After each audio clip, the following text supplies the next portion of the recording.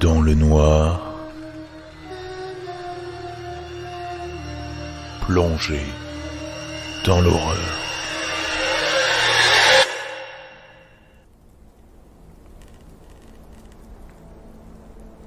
Avant de commencer, je tiens à m'excuser si je fais quelque chose de mal. Je suis un peu vieux et je n'arrive pas à suivre toutes ces nouvelles technologies. Mais j'ai entendu dire que ce podcast était un endroit pour partager des histoires effrayantes. Et l'histoire que j'ai à raconter est vraiment effrayante. J'ai eu des centaines d'étudiants au cours de mes 30 années en tant que professeur d'art dans un lycée.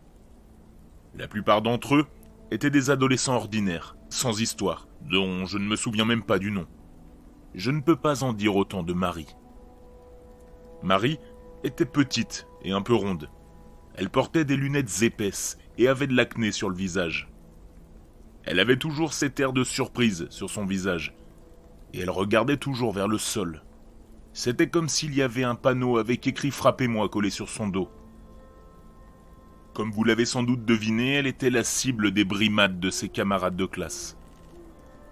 Avant que vous ne disiez quoi que ce soit, j'ai essayé de faire quelque chose, mais j'ai été ignoré à la fois par mes collègues et par les camarades de classe de Marie.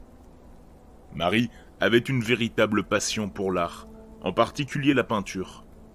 Je me souviens encore de la façon dont son visage s'illuminait lorsqu'elle passait le pinceau sur la toile.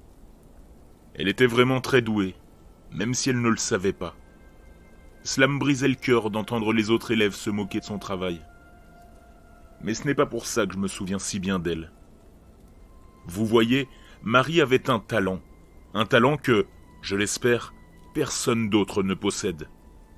Je me souviens du jour où je l'ai découvert, la façon dont elle est venue me voir au déjeuner avec cette étincelle dans les yeux. Je crois que c'était la première fois que je la voyais vraiment heureuse. « J'ai quelque chose à te montrer », m'avait-elle chuchoté. Elle m'avait conduit à un placard de rangement, en avait sorti une feuille de papier sur laquelle elle avait dessiné un bonhomme de bois. Elle s'est assise et a posé le papier devant elle. Elle a commencé à déplacer ses mains sur le papier en murmurant quelque chose, comme si elle était dans une transe que personne ne pouvait briser. « Regarde le papier », a-t-elle chuchoté. Je pouvais voir le petit bonhomme en bâton se mouvoir. Il se déplaçait lentement, mais sûrement, se frayant un chemin hors du papier. Marie déplaçait sa main vers la droite, et le bonhomme se déplaçait lui aussi vers la droite. Elle continuait à déplacer ses mains, et le dessin suivait chacun de ses mouvements, se laissant guider par elle. Il n'y avait aucune chance que cela soit réel. Je suis resté là, à la fixer, incapable de bouger ou de dire quoi que ce soit. J'ai honte de l'admettre, mais je ne pouvais pas m'empêcher de ressentir de la peur. Je savais que c'était une gentille fille et qu'elle n'avait jamais fait de mal à personne, mais elle était souvent victime d'intimidation, et même les gens les plus gentils peuvent aussi craquer. Je pense qu'elle a dû sentir ma peur parce qu'elle avait l'air blessée. Blessée, même après que je lui ai dit que cette capacité était incroyable, et que j'étais vraiment impressionné. Je n'ai pas pu me le sortir de la tête pendant toute la journée. La façon dont elle faisait bouger cette chose, c'était incroyable, comme de la magie. En fait, c'était clairement de la magie. Et elle me faisait assez confiance pour me le montrer. Je me souviens m'être senti tellement aimé à ce moment-là. Avec le recul, j'ai eu de la chance d'être de son côté. Le lendemain, dès que je suis entré en cours, j'ai entendu un cri aigu et perçant résonner dans les couloirs. Il provenait du 2e étage, de la salle de classe de Marie pour être précis. Je me suis précipité à l'intérieur, paniqué pour essayer de voir ce qui se passait. J'ai étouffé un cri quand je l'ai vue. Au centre de la classe se trouvait une masse noire, géante. On aurait dit qu'elle était faite de gribouillages sauvages et en colère. Tous les élèves étaient regroupés dans un coin de la pièce. Certains s'accrochaient les uns aux autres, d'autres criaient, d'autres encore sanglotaient vivement. D'autres se sont enfuis. Ce sont eux qui ont survécu. Tout le monde avait l'air terrifié.